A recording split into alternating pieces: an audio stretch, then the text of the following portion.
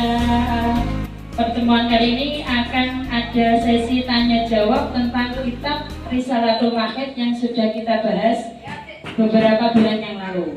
Silakan kepada siapa dulu yang mau bertanya. Assalamualaikum warahmatullahi wabarakatuh.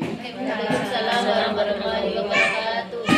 Perkenalkan sahabat, nama saya Oktalela. Mau menanyakan, seandainya kita menstruasi, kemudian kita berhenti di waktu zuhur, tapi kita malas cuci waktu zuhur itu, kita cutinya sore, kita asar. Ya, itu sholat zuhurnya bagaimana? Terus apa boleh seperti itu? Yang dulu, Assalamualaikum warahmatullahi wabarakatuh. Pertanyaan yang pertama dari sahabat Okta tentang bagaimana hukum sholat dan bagaimana seharusnya yang kita lakukan jika haid sudah selesai di waktu zuhur sedangkan kita bermalas-malasan atau entah dengan kesibukan yang lainnya kita harus suci di waktu asar. Silakan sahabat Uun untuk ditanggapi dan dijawab.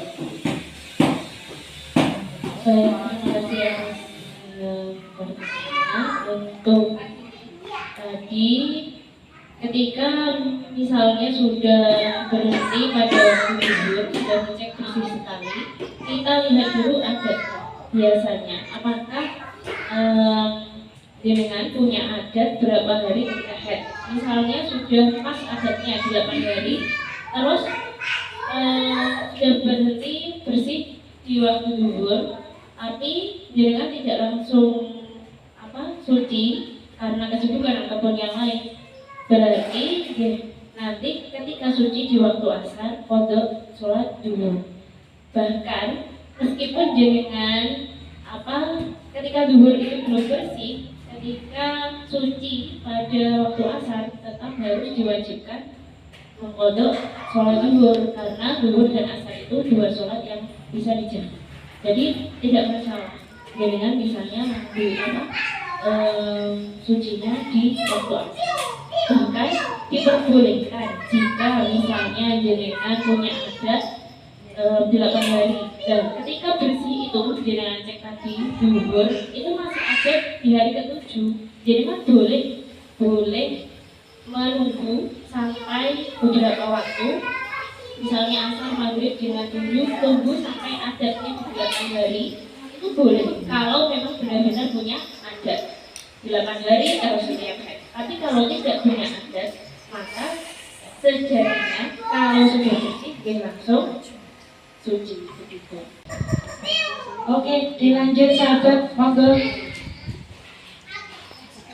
Assalamualaikum warahmatullahi wabarakatuh. Waalaikumsalam warahmatullahi wabarakatuh.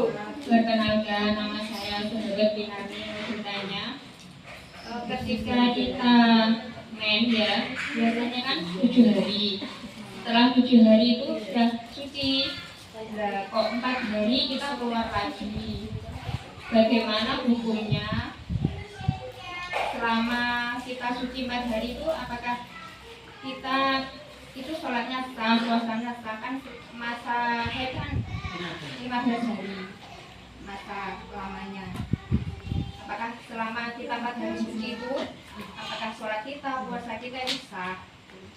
Terima kasih. Wassalamualaikum warahmatullahi wabarakatuh. Jadi untuk permasalahan darah haid yang sudah berhenti, kemudian beberapa hari kemudian ternyata keluar lagi, itu kita lihat dulu juga apakah perempuan ini punya adat ataupun tidak. Maksudnya punya adat adalah misalnya dari awal haid sampai sekarang, sampai kasus tersebut itu jenengan setiap haid misalnya 7 hari terus ya, tadi gitu ya. Kalau setiap dari awal haid sampai terjadi masalah seperti itu, berarti yang dihukumi haid adalah 7 hari itu. Darah yang keluar setelah haid, setelah berhenti itu, meskipun dalam kurun waktu 15 hari itu termasuk istihadah, karena jenengan sudah punya adat. Berbeda dengan wanita yang tidak punya adat, atau misalnya dia setiap bulannya itu haidnya berganti-ganti, kadang-kadang kadang 7 hari, kadang 11 hari, tidak tentu, dan dia tidak bisa membedakan antara darah kuat dan darah lemah, maka adat headnya tidak punya adat itu lagi. Headnya itu diambil dari rumus dasar 15 hari suci, 15 hari head gitu. Nah, karena tadi 7 hari itu head, kemudian 14 hari suci, berarti masih 11 hari. Kemudian keluar lagi masih dalam waktu 15 hari. Kalau yang tadi laki-laki tidak punya adat dan dia tidak bisa membedakan darahnya, kembali ke rumus awal, berarti itu masih head karena belum lewat dari 15 hari. Kemudian bagaimana dengan ibadahnya? Ini ada dua pendapat. Di Imam Syafi'i yang kita anut itu ada dua pendapat. Yang pertama adalah qaul Syafi'i. Syafi'i itu artinya ditarik dari head yang pertama menuju head yang kedua yang keluar lagi setelah suci itu, masih dalam 15 hari. Berarti kan masih dianggap head karena belum keluar dari 15 hari. Nah, puasa yang kita lakukan itu tidak sah. Oke, harus dikodok. 4 hari puasa Ramadan yang kita lakukan itu tidak sah, harus dikodok jika itu puasa Ramadan.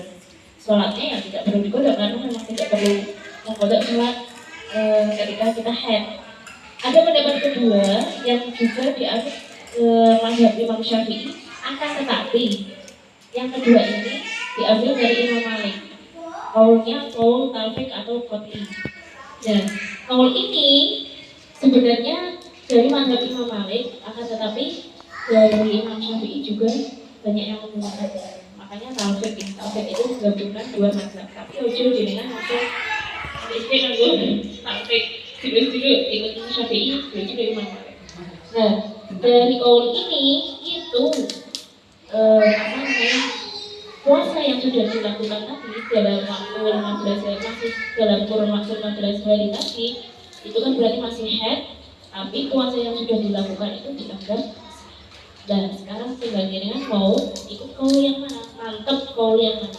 Mau yang ikut kaul Syafi'i tadi tidak sah, kemudian jangan mengkodok sholat apa puasa Ramadan yang sudah dijalankan selama 4 hari itu, atau mau ikut kaul Syafi'i tadi yang sah. Jadi berarti jenengan tidak perlu mengkodok yang 4 hari sudah boleh. Demikian, semoga bisa. Assalamualaikum warahmatullahi wabarakatuh. Waalaikumsalam warahmatullahi wabarakatuh. Di sini saya ingin bertanya tentang bagaimana pengertian dan pemahaman keterkaitan darah berat atau darah ringan di saat kita haid. Dan itu pun misalkan darah berat terhitungnya sampai 15 hari, itu seperti apa? Terima kasih. Wassalamualaikum warahmatullahi wabarakatuh. Waalaikumsalam warahmatullahi wabarakatuh.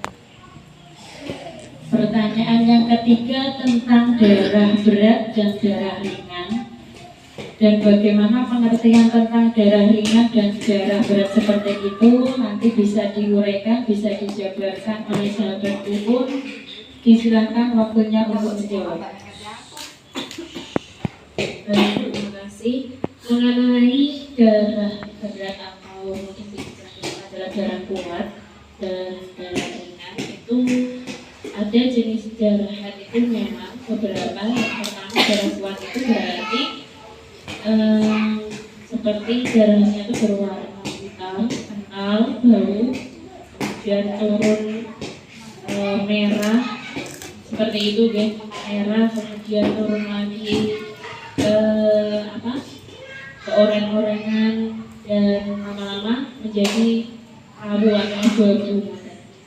Jadi setiap harinya mungkin ada perempuan yang mengeluarkan darah berat dan darah ringan itu berurutan. Misalnya hari pertama dia mengeluarkan darah yang kental, hitam dan bau, kemudian hari kedua encer, bau saja, kemudian berikutnya sudah ganti warna merah, kemudian sudah tidak bau, turun lagi ke rada pink dan tidak bau. Itu berarti dia bisa membedakan antara darah kuat dan darah lemah. dari yang pertama sampai terakhir itu turun, darahnya kuat turun. Tapi ada juga perempuan yang tidak bisa membedakan. Kadang hari pertama darahnya ringan, misalnya hanya pink saja, tidak berbau. Hari kedua darah berat, kental, bau. Hari ketiga balik lagi ke pink. Nah ini sebenarnya apa namanya, kalau perempuan ini bisa membedakan semua darah dia yang keluar, maka yang dihukumi itu bukan 15 hari akan, tapi hanya darah kuat saja. Ketika perempuan tersebut tidak bisa membedakan darahnya yang keluar selama haid, maka yang dihukumi haid adalah 15 hari haid. Ketika dia mengeluarkan darah itu 15 hari. Jadi misalnya yang dengan katakan tadi selama 15 hari dia darahnya kuat keluar, ya berarti 15 hari dia haid.